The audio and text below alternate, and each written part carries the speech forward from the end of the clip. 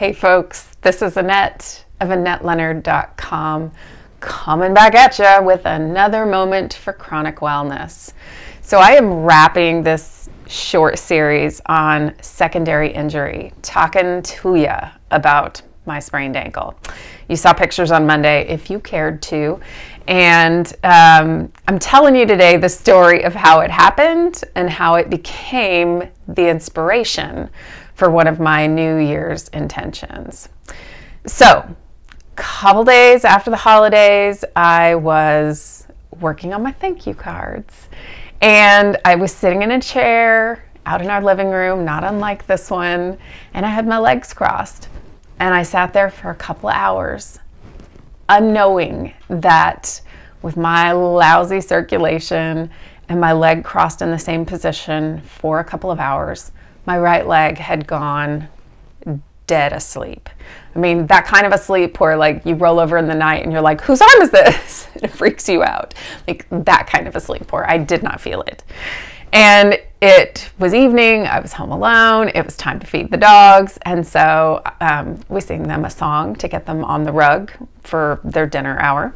So I stood up and I started singing the dinner song, and I put weight on my right foot, no problem there, put weight on my left foot, and my brain could not communicate with my right foot because my right foot did not exist. I had no right foot. My right foot was gone. No right foot to be talked to.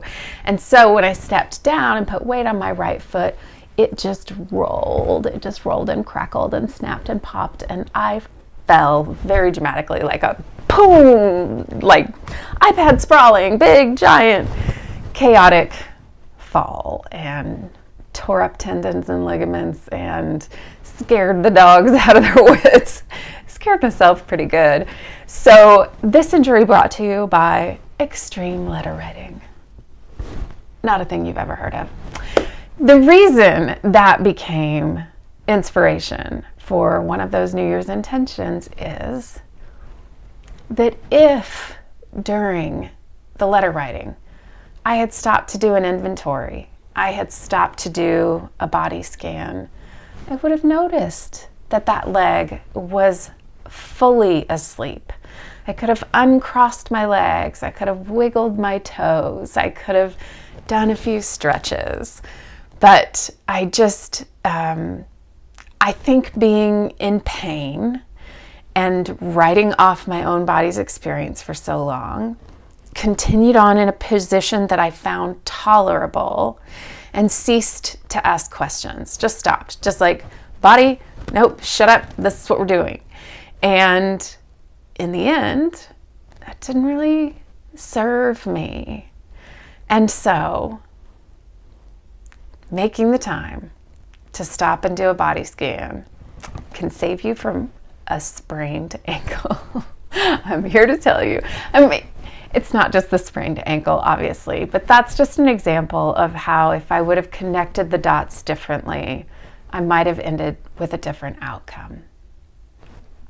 So for me, that intention is not just a hollow one that I'm putting out into the world. It's one that's really connected to my experience and meaningful, because I think that I would not have this injury today and for the next several months if I had done something differently. How about you? New Year's intentions, and are they connected to lived experience? I'd love to know. Thanks for joining me. I'm so glad you're here. And until we're together again, I hope you are finding ways to stay connected to yourself and to be well.